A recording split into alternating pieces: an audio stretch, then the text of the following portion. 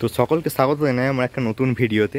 তো আজকের এই ভিডিওটার মাধ্যমে আমি আপনাদের কাছে বলবো যে সিজনে গাড়ি নামানোর আগে কি কি আমাদের প্রস্তুতি নিতে হবে।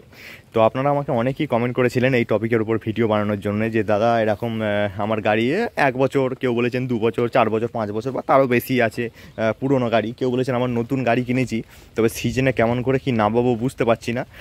তো কি কি প্রস্তুতি নিতে হবে নামানোর আগে, তো এই বিষয়ে একটা যদি ভিডিও বানিয়ে দাও তো ভালো হবে। তো ফাইনালি আজকে ভিডিওর মাধ্যমে আমি এই টপিকগুলোই কভার করব সব, যে কি কি প্রস্তুতি নিতে হবে সিজনে গাড়ি নামানোর আগে। তো চলুন দেরি করব না, ভিডিওটা শুরু করি। তো প্রথমেই দেখতে পাচ্ছেন যে আমি এই ভিডিওটা যখন শ্যুট করতে এসেছিলাম আজকে, তো অনেকবার বাধা বিপত্তির সম্মুখীন হতে, যতবার আমি ভিডিও করতে আসছি ততবার জল হয়ে যাচ্ছে, তো সেক্ষেত্রে হচ্ছে না। তো চলুন এবার শুরু করা যাক। তো প্রথমেই আমি নতুন গাড়ির কথা বলবো, তারপরে পুরনো গাড়ি নিয়ে আলোচনা হবে। প্রথমে যারা নতুন গাড়ি কিনেছে, যারা আমাকে কমেন্ট করেছে তাদের নতুন গাড়ি কিনেছি আমরা, তো আমরা সিজনে নামানোর আগে আমাদের কী কী করতে হবে। তো নতুন গাড়িতে বিশেষ করে সেইভাবে কিছু করতে হয় না আপনাদের, কারণ নতুন গাড়িতে প্রায় সমস্ত কিছু অলরেডি সার্ভিসের ব্যাপারও থাকে না সেরকম, তো অলরেডি ঠিকঠাক করাই থাকে। তো নতুন গাড়িতে আপনারা যেটা করবেন সেটা হচ্ছে, আপনার ধরুন গাড়ি নতুন, রোটার নতুন, সেক্ষেত্রে আপনাদের যে আমি একটা নতুন গাড়ি রোটারের অ্যাটাচমেন্টের ব্যাপারে যে একটা ভিডিও এনেছিলাম যে টপিকে, তো সেটা আমি আই বটনে এখানটা দিয়ে দেবো, এটা এখানে আসছে হয়তো আমি যখন কথাটা বলছি, তো আপনারা এখান থেকে দেখে নেবেন, তাহলে আপনাদের বুঝতে পারবেন আপনারা যে কেমন করে কি নতুন গাড়ি সম্বন্ধে করতে হবে। এবার আর যদি আপনার গাড়িটা নতুন হয়, রোটারটা পুরনো হয়, সেক্ষেত্রেও কিন্তু সেম জিনিস করতে হবে, কারণ এর আগে আপনার যদি অন্য কোনো কোম্পানির গাড়ি থাকে বা অন্য কোনো মডেলের গাড়ি থাকে, তো সেক্ষেত্রে এই আগের রোটারটার সঙ্গে এই গাড়িটার রোটারটা ঠিকমতো ম্যাচ নাও হতে পারে, সেক্ষেত্রে আপনাকে কিছু ঝালঝুল দিতে হতে পারে, একটু সরানো কিছু করতে হতে পারে। তো এই জিনিসটা আপনারা সিজনে গাড়ি নামানোর আগে আপনারা সেট করে একবার অ্যাটাচমেন্ট করে একবার দেখে নেবেন যে কী কী প্রবলেম হচ্ছে কিনা, পুরো ফাইনভাবে চলছে কিনা। তো এই গেল নতুন গাড়ির ব্যাপারে। আর নতুন গাড়িতে সেরকম আর কোনো কিছু থাকে না, গাড়ির দিকে তো আপনার আর কিছু থাকে না, শুধু রোটারের দিক থেকে, বাকিটা তো ওভারঅল আপনার সব কিছু নতুনই থাকে। তো এবার আসি মেন টপিক, যেটা যাদের গাড়ি 1 বছর, 1.5 বছর, 2 বছর, 4 বছর বা তার থেকেও বেশি বয়স্ক পুরনো হয়ে গেছে, তো তাদের এই ভিডিওটা বেশি গুরুত্বপূর্ণ তাদের ক্ষেত্রে। তো আর যাদের গাড়ি এরকম এই যে যতগুলো বছরের নাম বললাম, এত বছরের পুরনো আছে, তো তাদেরই বেশি কমেন্ট আমি দেখেছি যে দাদা এরকম ভিডিও বানাও। তো ফাইনালি যাদের এরকম পুরনো 1 বছর 2 বছর থেকে বিভিন্ন বছরের পুরনো গাড়ি আছে, তো তাদের বিভিন্ন গাড়ি যেমনি চলতে থাকে, তো বিভিন্ন পার্টসের ক্ষয় ব্যয় হতে থাকে। তো এরই মধ্যে আমাদের সিজনে নামানোর আগে কিছু কিছু পার্টস যেগুলো আছে সেগুলো আপনাদের ঠিকঠাক করে নিতে হবে, কারণ করে সিজনে নামাতে হবে। যদি আপনারা সেগুলো ঠিকঠাক না করি, সিজনের মাঝখানে যদি খারাপ হয়ে যায়, তো সেক্ষেত্রে আমার গাড়ি কিন্তু বসে যাবে।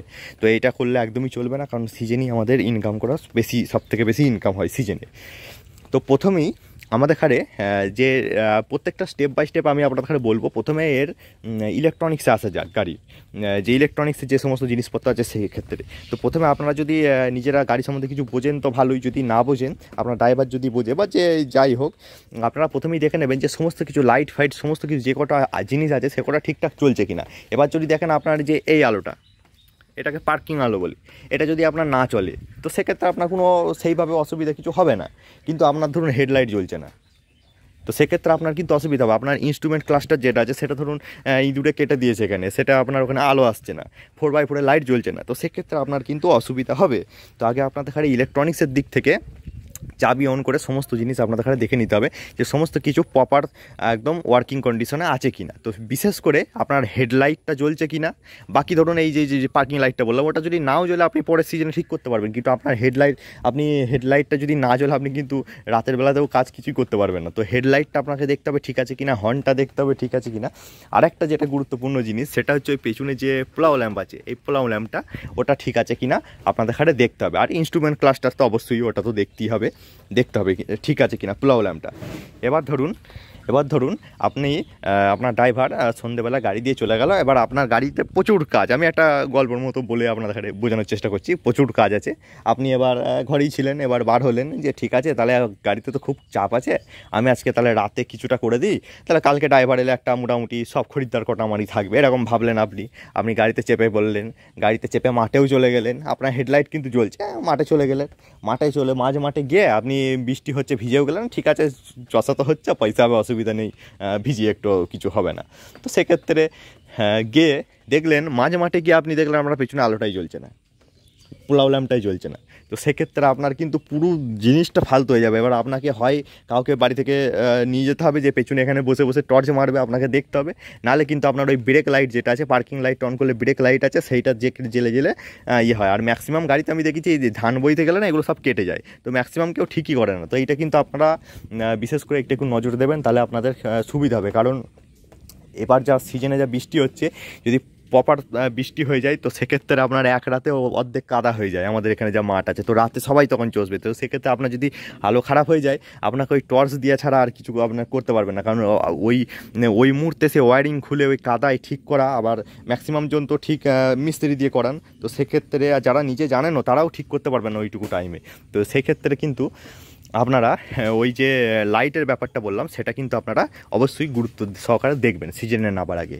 এরপরে আসি যে পার্স পুড়ে যায়, এটা ইলেকট্রনিক্সের ব্যাপারটা বলে দিলাম। পার্স পুড়ে যায়, ধরুন দেখছেন যে আপনার ম্যাক্সিমাম গাড়ি এখন 4x4 হয়ে গেছে। টু হুইল যেগুলো আছে সেগুলো আপনার ছোটো ছোটো জায়গায় যেগুলো আছে, মানে আপনার সমতল মাঠ যেখানে আছে, বেশি কাদা নেই, ধান কাটা মেশিনে যেখানে কাজ করেছে সেই সব মাটিতে সেরকম চষে না, যেগুলো আপনার সমান জমি। তো তাদের ক্ষেত্রে তো 4 হুইলের কোনো কথাই ওঠে না, কারণ 2 হুইল আর 4 হুইল কোথা থেকে আসবে। কিন্তু 4x4 যে সমস্ত গাড়ি আছে সেই সব গাড়িতে যদি দেখেন যে আপনার এইখানে যে এখানে সবই তেল ভুরা থাকে এর ভেতরে, হ্যাঁ, তো এর যে অয়েল যদি আপনার লিক করে, তো সেক্ষেত্রে আপনাকে কিন্তু ওটা একবার শোরুমের সঙ্গে, যদি যে কোম্পানির গাড়ি হোক, একবার শোরুমের সঙ্গে কথা বলে নিতে হবে যে অয়েল লিক করছে আমার এখান দিয়ে। কারণ অয়েল লিক করতে করতে যদি আপনার অয়েল না থাকে, সেক্ষেত্রে আপনার ভেতরে গিয়ার মিয়ার কিন্তু গরমে কিন্তু আপনার এক্সপ্যান্ড হয়ে গেলে কিন্তু অসুবিধা হবে, অনেক টাকার খরচা পড়ে যাবে।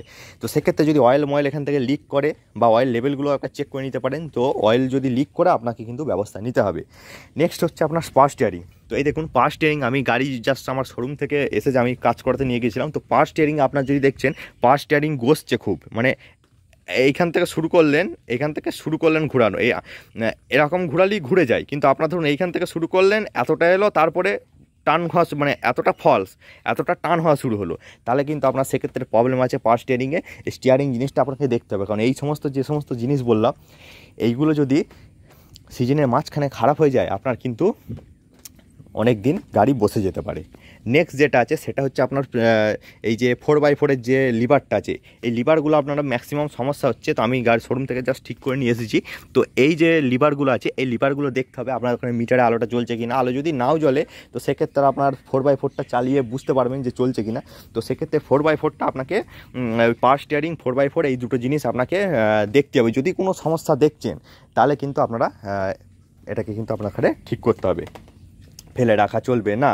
এবার নেক্সট যেটা আসে সেটা হচ্ছে আপনার ব্রেক। দেখা যাচ্ছে একটা ব্রেক আপনার কম বেশি হচ্ছে, তো সেক্ষেত্রে ম্যাক্সিমাম তো অ্যালাইনমেন্টের প্রবলেম থাকে।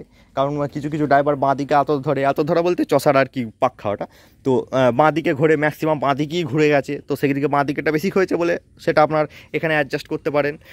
আবার দেখা গেল কেউ ডান দিকে বেশি ক্ষয়ে গেছে, তো সেটা অ্যাডজাস্ট করতে পারেনি। কিন্তু যদি দেখা গেল এই নিচের এইখানটা ক্ষয়ে গেছে, এখানে বুস্ট করা বলে ওটাকে, তো ওটা আপনার লেদে নিয়ে গিয়ে ঠিক করতে হবে। কারণ ব্রেক যদি আপনার কম বেশি হয়, তো সেক্ষেত্রে আপনি একটা আলের পাশ দিয়ে কাটাতে গেলেন, আপনার গাড়িটা উঠে গেল আলে।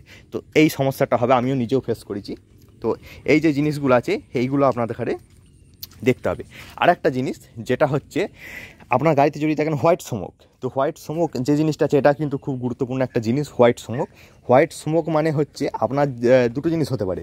এক, আপনার তেলের ভেতরে কোনো কিছু প্রবলেম আছে। 2 নম্বর হচ্ছে আপনার ওই যেটা মানে তেল যেটা আছে সেটা ঠিকমতো বার্ন হচ্ছে না। কারণ তেল যখন ঠিকমতো বার্ন হবে, তখন একদম ব্ল্যাক কালারের স্মোক বেরোবে। যখন আপনার কালো ধোঁয়া বেরোবে, কালোটা ধোঁয়া কিন্তু ভালো, সাদা ধোঁয়া প্রবলেম। তো ঠিকমতো হয় তেল বার্ন হচ্ছে না, তার মানে মাইলেজ আপনার ডিক্রিজ হবে। আর আপনার হয়তো কোথাও লিকেজ আছে, হয়তো মোবিলের সঙ্গে, তেলের সঙ্গে মোবিল মিশে যাচ্ছে, বা আপনার ওই কুলেন্ট মিশে যাচ্ছে, সেই কারণে সাদা স্মোক হতে পারে। তো এই সাদা স্মোক হলে, যতগুলো পয়েন্ট বললাম, সাদা স্মোক যদি হয়, আপনারা কিন্তু খুবই গুরুত্ব সহকারে এই জিনিসটাকে দেখবেন সাদা স্মোক হলে।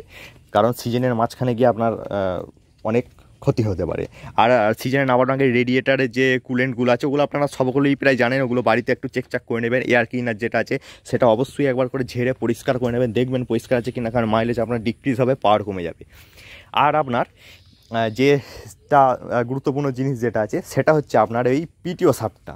তো এই পিটিও শাফটটা আমি পেছনে এইখান থেকেই বলে দিচ্ছি। পিটিও শাফট যেটা আছে, পিটিও শাফট যদি দেখেন এরকম চালিয়ে দেবেন পিটিও শাফটটা, হালকা হালকা কাউকে একটা বলবেন যে চালাতে, এরকম চালাবে, রোটারের ইয়েটা চালাবে আর বন্ধ করবে, আর আপনি এরকম সোজা করে এরকম দেখতে হবে নিচে থেকে।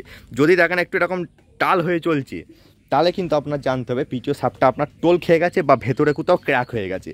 আপনার মনে হবে যে মনে হতেই পারে স্বাভাবিক যে আমার গাড়ির তো ঠিকই আছে, পিটিও শাফটটা একটুখানি তো টাল হচ্ছে, তো অসুবিধার কী আছে। একটুখানি টাল মানে আপনার কোথাও ওটা ব্রেক হয়ে গেছে ভেতরে ভেতরে, আপনি বুঝতে পারছেন না, কিন্তু ভেতরে ভেতরে কোথাও ব্রেক হয়ে গেছে, যার কারণে বা ক্র্যাক এসে গেছে, যার কারণে আপনার ওইটা হচ্ছে। তো সেক্ষেত্রে আমার পরামর্শ আপনি ওটা চেঞ্জ করে নেবেন, কারণ ওইটা ঘুরতে ঘুরতে যদি এমন কোনো জায়গায় গেছেন সেখানে যদি ওখান থেকে আরও অনেক ভেতরে পার্টসের ক্ষতি হতে পারে। তো সেক্ষেত্রে আমার ওটা পরামর্শ হবে ওটা আপনি চেঞ্জ করে নেবেন, কারণ আমি এটা নিজে ফেস করেছি প্রবলেমটা, তাই আপনাদের বলছি। তো গাড়িতে মোটামুটি যাদের পুরনো গাড়ি মানে 1-2 বছরের, 3 বছর 4 বছর পুরনো হচ্ছে, এই সব সমস্যাগুলো থাকে।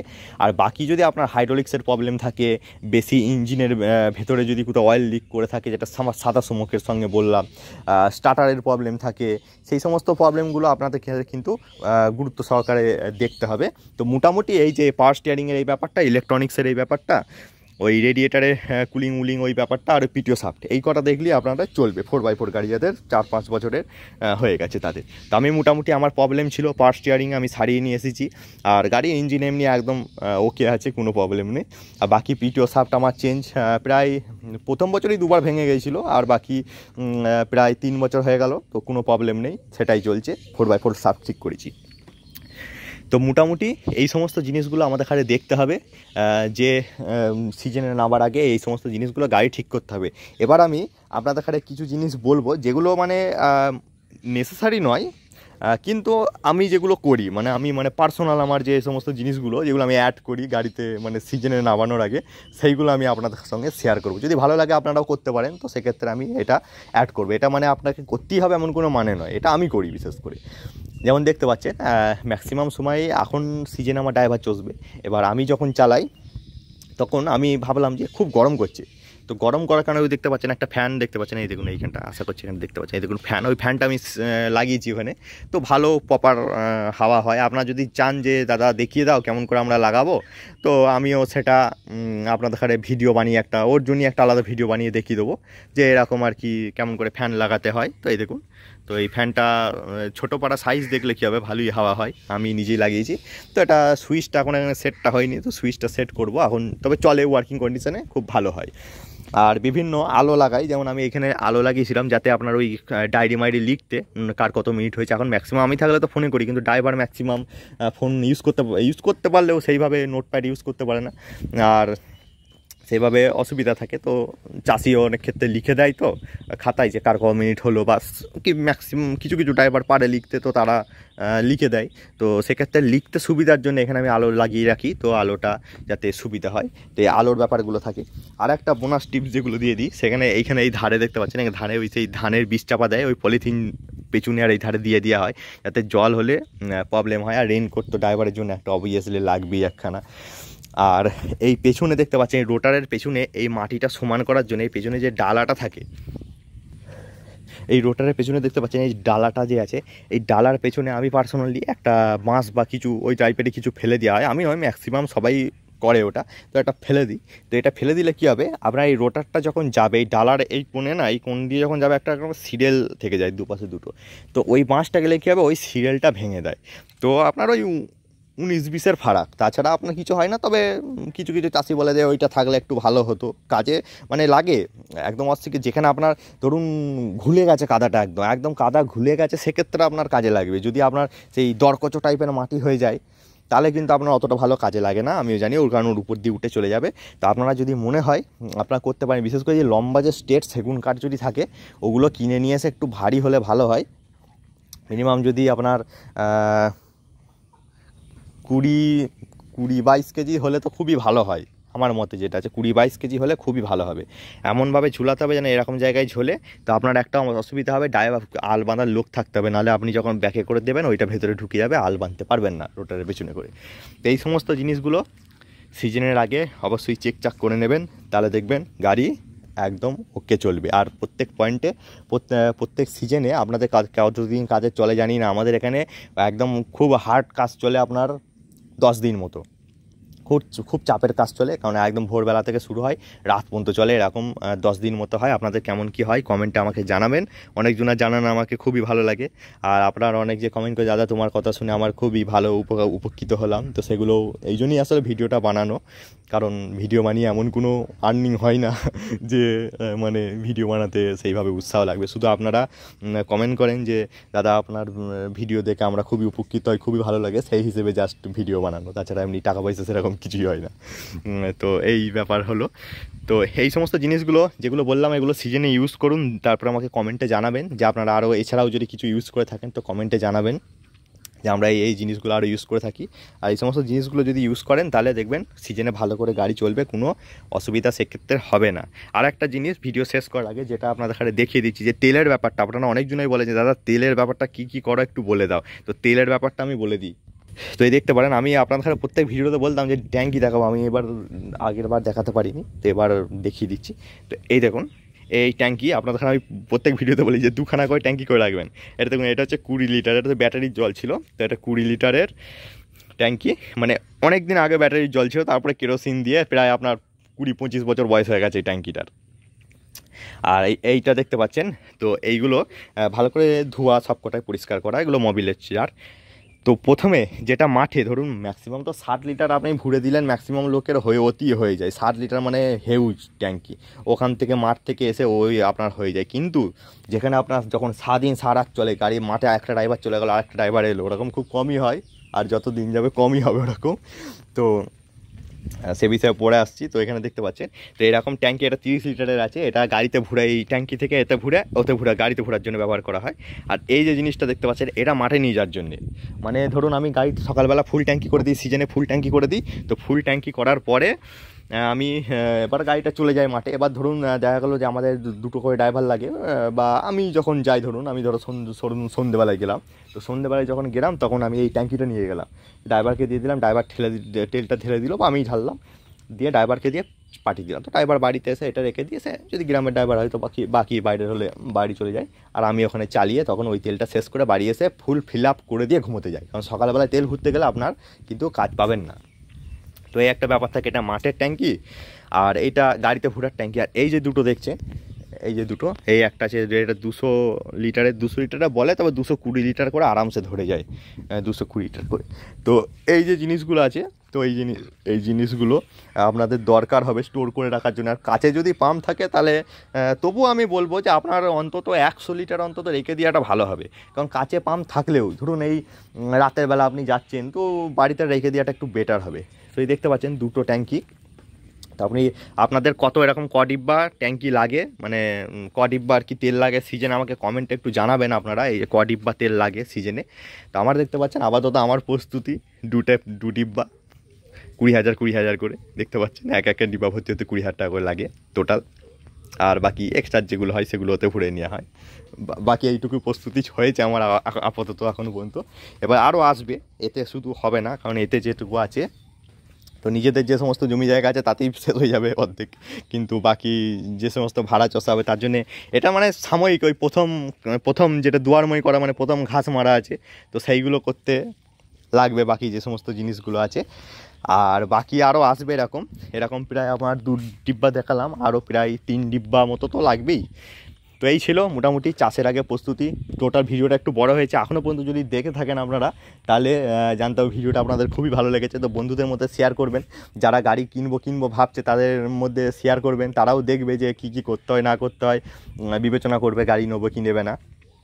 আর খুব শীঘ্রই আমার অনেক ভিডিও আসছে, আরও অনেক ভিডিও আসবে নতুন গাড়ি, এই সিজনে আপনারা অনেক নতুন গাড়িরও ভিডিও দেখতে পাবেন।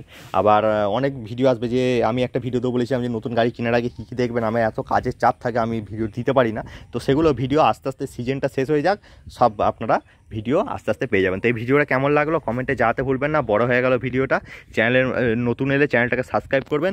দেখা হচ্ছে পরের ভিডিওতে।